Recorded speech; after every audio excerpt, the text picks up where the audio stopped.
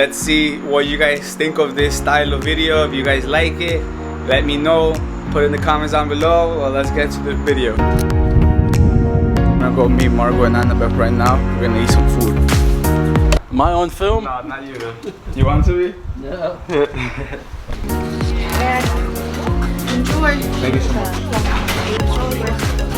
Let's try this coffee in Lancaster, Pennsylvania.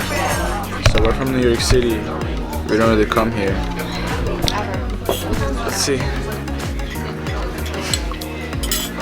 All I can tell you is that it tastes good.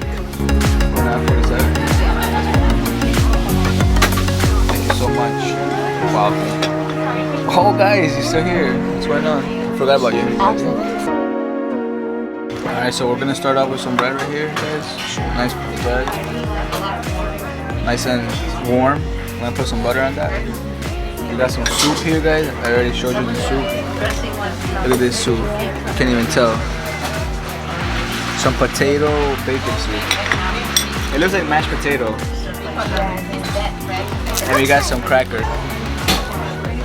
It's nice and buttery and smooth. I'm gonna show you guys the secret way to make coffee. There's no measurement when you make it with love. You just do it out of your heart. But usually it's just like a little blanket you cover it, but you know, my heart tells me right now to trust my gut. So that's it. My heart, that's it. So then my heart's gonna stop by eating sugar. And then you gotta get 2 creams or a little bit of milk, splash. So you know that's half a splash, and that's half a splash, and half a splash plus half a splash equals what, Annabeth? A splash. So that's a full splash right there. And then you grab the water, which is also known as coffee. And you just go.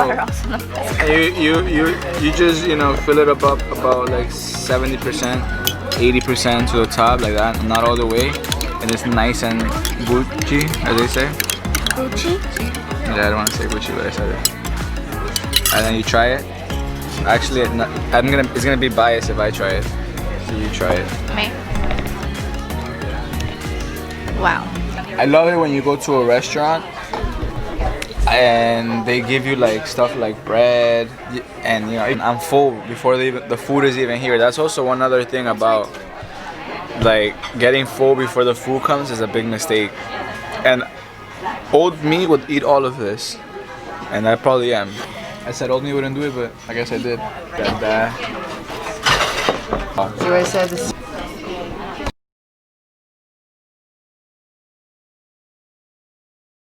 I'm going to talk to you guys about product descriptions and why they are so important. And if your product descriptions are not right, you're going to lose a lot of money, because people, they go to your website and the product description is what tells them what you're all about. So it's very important that you master this, because if you don't, you're not going to be happy.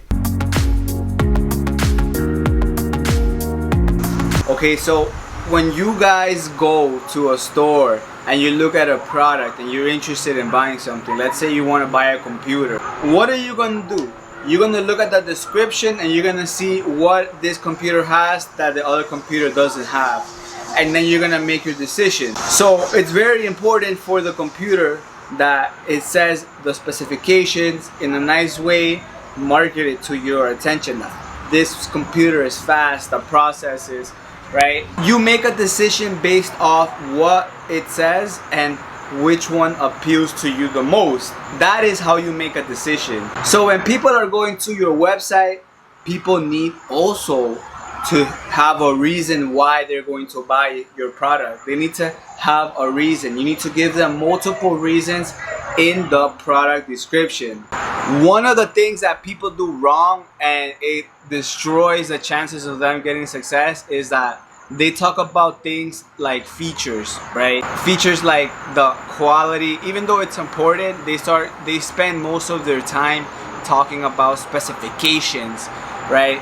The diameter, the width, the height of it, right? Also where it's made. One of the biggest mistakes that people do is that they start talking about themselves. They waste time talking about their mission, right? Why the company exists. Even though that's important, you have to understand people do not really care about you. People care about themselves. So you need to talk in the interest of your customer. So if you're selling, let's say, a posture corrector for their neck, you need to not say this is a posture corrector, it comes from this, it's good, it's strong, you know, high quality. Features tell, benefits sell. You need to sell the benefit. Why does somebody want to get this posture corrector? If your neck has been stiff, if you feel uncomfortable waking up, if your neck is out of place, it's probably because you don't have this posture corrector. This posture corrector aligns all the nerves in your neck and it's proven to work. This is what everybody else is saying after using it. If you want to feel sharp and fast and you want to be always alert, then your neck needs to be on point. This posture corrector helps you correct your posture. So don't make that terrible mistake of just talking about specifications, or even worse, not talking about the product. You need to talk about the pain, okay? So this is the formula I like to follow. The formula I like to follow is very simple, okay? Anybody can understand it, and if you implement it, your conversion rates will increase, okay? So the first step is you want to talk about the hook. You want to hook them, right? You want to get their attention. So if you're selling a posture corrector, right, you need to talk to the language of people that have posture problems. So one of the ways that you can begin is by stating the problem that they have. One of the many ways to actually do that is by simply talk about it. What do these people experience, right? Is say goodbye to a stiff neck and say hello to a fluid, rejuvenated, fresh neck, right? To the people that have fresh neck, it's not gonna really affect them, right? Because they have fresh neck. But to the people that don't have a fresh neck, now you're speaking their language.